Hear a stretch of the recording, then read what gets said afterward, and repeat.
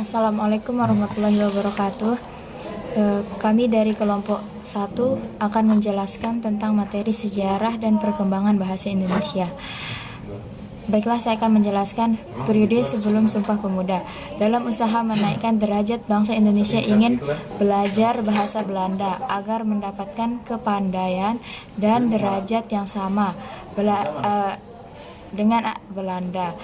Ada yang mendukung dan ada yang menentang. Pada masa itu timbullah pergerakan kebangsaan di Indonesia berkenaan bahasa itu. Oke, saya di sini akan melanjutkan penjelasan dari Husna Nadirin, yaitu kedudukan bahasa Indonesia.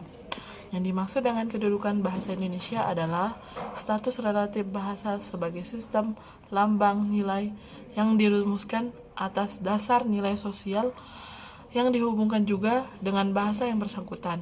Politik Nasional 1945.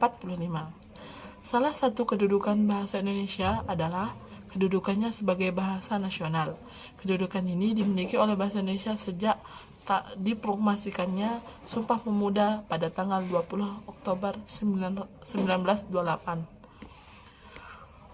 Fungsi bahasa Indonesia juga sebagai bahasa nasional. Selain itu, bahasa Indonesia juga memiliki fungsi sebagai lambang kebanggaan nasional.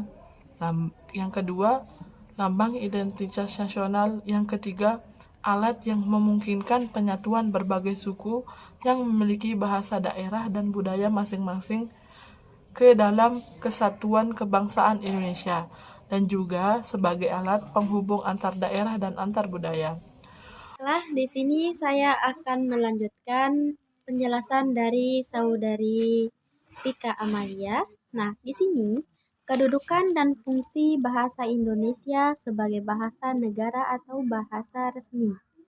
Di atas sudah dijelaskan bahwa bahasa Indonesia di samping berkedudukan sebagai bahasa negara juga mempunyai kedudukan sebagai bahasa yang resmi. Bahasa resmi adalah bahasa yang digunakan dalam komunikasi resmi, seperti dalam perundang-undangan dan surat menyurat dinas. Nah, adapun fungsi bahasa Indonesia sebagai bahasa negara adalah yang pertama, bahasa resmi kenegaraan, yang kedua, bahasa pengantar dalam dunia pendidikan, dan yang ketiga, alat perhubungan pada tingkat nasional untuk kepentingan perencanaan dan pelaksanaan pembangunan nasional serta kepentingan pemerintahan, dan yang terakhir, alat pengembangan kebudayaan dan ilmu pengetahuan teknologi. Terima kasih. Wabillahi taufiq wal hidayah. Wassalamualaikum warahmatullahi wabarakatuh.